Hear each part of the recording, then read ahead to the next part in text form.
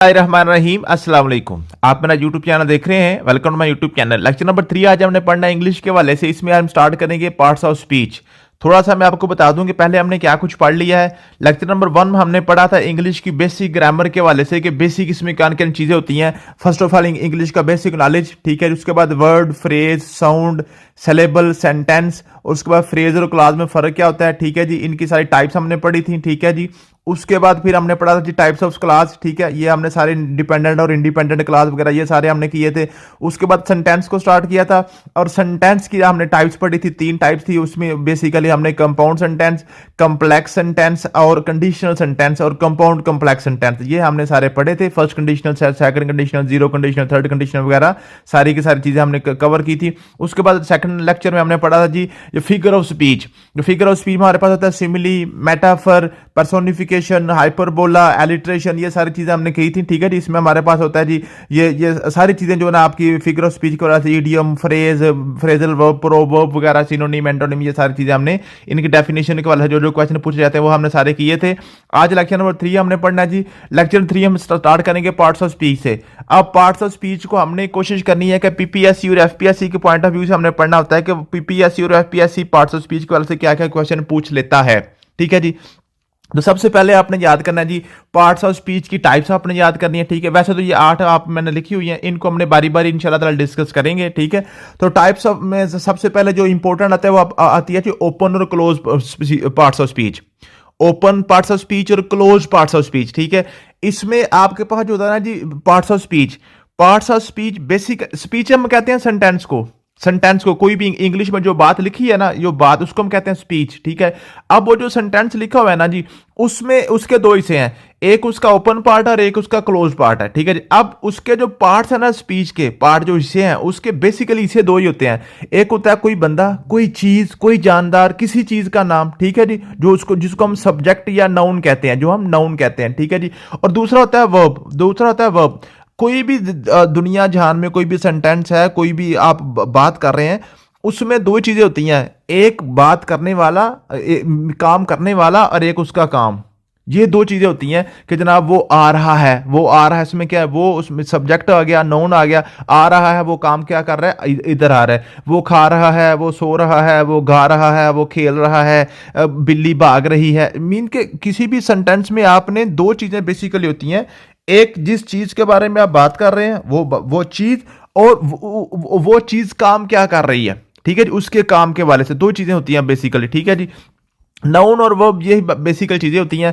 अब ये जो नाउन है ना, नाउन जो है ना, वो नाउन किस तरीके का है, अच्छा है, बुरा है, प्यारा है, बदसूरत है, खूबसूरत है, क्या है। जो नाउन की सिफ्त को बयान करता है उसको हम एडजेक्टिव कहते हैं। और वर्ब की जो सिफ्त को बयान करता है उसको हम कहते हैं एडवर्ब। मीन के जो बंदा खा रहा है, कैसे खा रहा है, जल्दी जल्दी खा रहा है, आहिस्ता आहिस्ता खा रहा है। जो बंदा खेल रहा है, कैसा खेल रहा है, अच्छा खेल रहा है, बुरा खेल रहा है, स्लो खेल रहा है, फास्ट खेल रहा है, ठीक है। तो उसके काम को कोई भी चीज को ऐड करते हैं ना, तो उसको हम कहते हैं एडवर्ब। और ये जो 4 बेसिकल चीजें होती हैं, इसको हम कहते हैं close parts of speech, open parts of speech. इनको हमने कहना थी ओपन पार्ट्स ऑफ स्पीच। ये आपके पास ओपन पार्ट्स ऑफ स्पीच है।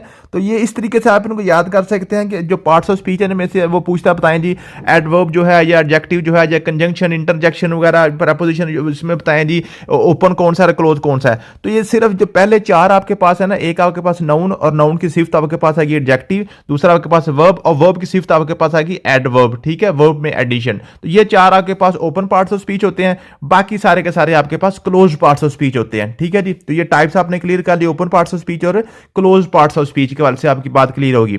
अगला हमने बात करनी है जी, आज हम पढ़ेंगे नाउन को। ये बेसिकली ये 8 हमारे पास पार्ट्स ऑफ स्पीच है, ठीक है। इन्हीं 8 में को हमने बारी बारी एक एक करके पढ़ना है, ठीक है। और यहीं पे आपकी इंग्लिश की ग्रामर सारी खत्म हो जाएगी इंशाल्लाह, ठीक है।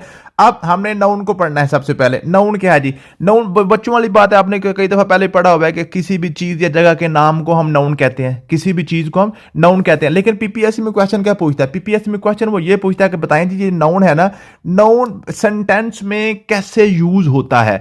तो नाउन सेंटेंस में या तो सब्जेक्ट होता है या ये ऑब्जेक्ट होता है, यही क्वेश्चन पूछता है वो, ठीक है जी। तो नाउन किस एक तरीके किस तरह यूज हो सकता है, subject, object, none of this या बोथ। तो ये आपके पास जो नाउन होता है ना जी, ये आपके पास या तो बतौर आपके पास सब्जेक्ट यूज होता होगा, या आपके पास ये बतौर ऑब्जेक्ट यूज होगा, या इन्फिनिटिव। इन्फिनिटिव भी जो है ना वो भी एक सब्जेक्ट ही होता है, वो बाद में इंशाल्लाह ताला हम पढ़ेंगे सारी चीजें, ठीक है जी। तो ये आपके पास ये सारी चीजें लिखी हुई हैं, ठीक है। नाउन में भी सब्जेक्ट और ऑब्जेक्ट, इट भी डूअर और रिसीवर, या तो डूअर होगा या रिसीवर होगा। डूअर कहते हैं डू काम करने वाला, रिसीवर होता है जो काम हासिल करने वाला, मीन के जिसके ऊपर काम हो रहा होता है वो ऑब्जेक्ट होता है, ठीक है। ये बातें आपने क्लियर कर ली। उसके बाद आपको होता है function of noun. Function of noun भी मैंने आपको बता दी, ये आपके पास ये या तो ऑब्जेक्ट होगा या सब्जेक्ट होगा, ठीक है जी। उसके बाद बात आती है जी kinds of noun. Kinds of noun, noun की काइंड्स कौन कौन सी हैं? अब नाउन की बेसिकली दो काइंड्स आपके पास है, एक आपके पास है कंक्रीट नाउन, एक आपके पास है एब्स्ट्रैक्ट नाउन। अब कंक्रीट और एब्स्ट्रैक्ट में क्या फर्क है? कंक्रीट नाउन वो चीज है, वो चीज, उस चीज का नाम को हम कंक्रीट नाउन कहते हैं जिस चीज को हम टच कर सकते हैं, छू सकते हैं, ठीक है जी। ऐसी चीज जिसको हम हाथ लगा सकते हैं, जिसको हम छू सकते हैं, उसको हम कंक्रीट कहेंगे और उसके नाम को हम कंक्रीट नाउन कहेंगे। और ऐसी चीज जिसको हम छू नहीं सकते, सिर्फ महसूस कर सकते हैं, उसके नाम को हम क्या कहेंगे जी? एब्स्ट्रैक्ट नाउन कहेंगे। फॉर एग्जांपल आपके पास चेयर है, चेयर को हम पकड़ सकते हैं, देख सकते हैं, छू सकते हैं। तो ये चेयर है ना, ये जिस चीज को हम चेयर कहते हैं, ये लकड़ी की बनी हुई एक फर्नीचर होता है, ठीक है जी। तो उसके नाम को हम कहेंगे चेयर, हम कहेंगे जी कंक्रीट नाउन है उसके नाम को। ऐसी चीज जिसको हम छू सकते हैं उसके नाम को कंक्रीट नाउन कहते हैं। और एक खुशी है, गमी है, और उसके बाद इस तरह की जो फ्रेग्रेंस, खुशबू, लव, हेट वगैरह, ये चीजें सिर्फ महसूस की जाती हैं, इन चीजों को पकड़ा या टच नहीं किया जा सकता। इनके नाम को हम क्या कहते हैं जी? इनको हम कहते हैं जी एब्स्ट्रैक्ट नाउन। एब्स्ट्रैक्ट नाउन, ठीक है जी। कंक्रीट, जैसे कंक्रीट बजरी होती है, कंक्रीट की आप दीवारें बनाते हैं, कंक्रीट की छत डालते हैं, कंक्रीट की आप सड़कें बनाते हैं, तो वो मजबूत चीजें होती हैं जिनको हम पकड़ सकते हैं, ठीक है जी। इस तरीके भी आप याद कर सकते हैं। कंक्रीट एक ऐसी चीज है जिसको हम पकड़ सकते हैं, मजबूत चीज होती है, सॉलिड होती है, उसके नाम को हम कंक्रीट नाउन कहते हैं। और जिस चीज को हम पकड़ नहीं सकते उसको हम कहेंगे एब्स्ट्रैक्ट नाउन। ये चीजें पेपर में पूछता है वो, ठीक है जी। उसके बाद आपके पास है, ये है जी, आपके पास आ गया जी डिटेल एग्जांपल्स ऑफ नाउन। अब नाउन की जो मजीद टाइप्स है ना, उनकी एग्जांपल साथ मैंने लिखी हुई हैं। सबसे पहले आपके पास एब्स्ट्रैक्ट नाउन आ गया। Abstract refers to ideas, qualities and feelings that can not be seen, touch, heard, smelled और टेस्टेड, ठीक है जी। तो ये इनको आप जो है ना, इनको किसी किस्म का ना तो टेस्ट कर सकते हैं, ना इसकी स्मेल कर सकते हैं, ना इनको हाथ लगा सकते हैं। ये सारे आपके पास एब्स्ट्रैक्ट नाउन होते हैं। लव है, विजडम है, फ्रीडम है, ब्रेवरी है, चाइल्डहुड, ट्रुथ है, ऑनेस्टी, ब्रेवरी, स्टुपिडिटी, सिंपैथी, ये सारी चीजें जो है ना, यहां से क्वेश्चन वो पूछेगा आपके पास कि बताएं जी इनमें से कोई एक लफ्ज लिख देगा और आपको पूछेगा बताएं ये नाउन की कौन सी टाइप है। एब्स्ट्रैक्ट नाउन है आपके पास, ये कंक्रीट नाउन है, ये आपके पास प्रॉपर नाउन है, आपके पास ये कॉमन नाउन है, कौन सा नाउन है, ठीक है जी। ये सारी चीजें इंशाल्लाह ताला मैं अभी हम डिस्कस कर लेते हैं, ठीक है जी। यूज इन सेंटेंस में पूछ लेगा, बताएं जी love is life. Love is life इसमें पूछेगा बताएं लव क्या है, बताएं इसमें लव क्या है। तो लव यहां पे आपके पास ये एब्स्ट्रैक्ट नाउन है, एब्स्ट्रैक्ट नाउन है, ठीक है जी। इस तरीके से वो क्वेश्चन वो पूछ सकता है। अगला क्वेश्चन देखते हैं जी, नाउन की टाइप आपके पास है, वो आपके पास है concrete noun. Concrete refers to object, people and animals that can be perceived through one or more of the five senses। जो आपके पास 5 सेंसेस है ना, आप उसको टच कर सकते हैं, छू सकते हैं, देख सकते हैं, उसके बाद चख सकते हैं, उसको आप सूंघ सकते हैं, ठीक है। तो ये सारी जो भी आपकी 5 सेंसेस होती है ना, उनके जरिए किसी भी एक सेंस से आप उसको देख सकते हैं या टच कर सकते हैं या महसूस कर सकते हैं, या उसको आप फील जो है ना उसको सूंघ सकते हैं, ठीक है, या टेस्ट कर सकते हैं। ये सारी हमारे पास कंक्रीट नाउन होती हैं। डॉग है, बुक है, एप्पल है, म्यूजिक है, ये रोज, ये सारी चीजें आपके पास कौन कौन सी हैं जी? ये आपके पास सारी कंक्रीट नाउन है, ठीक है। द रोज इज रेड, अब रोज इसमें क्या है जी? आपके पास कंक्रीट नाउन है। इस तरीके से आप इसको याद कर लेंगे। फिर आपके पास होता है प्रॉपर नाउन और कॉमन नाउन। अब प्रॉपर नाउन और कॉमन नाउन में क्या फर्क होता है? इसको हम इसम मार्फा और इसम नकरा भी कहते हैं उर्दू में।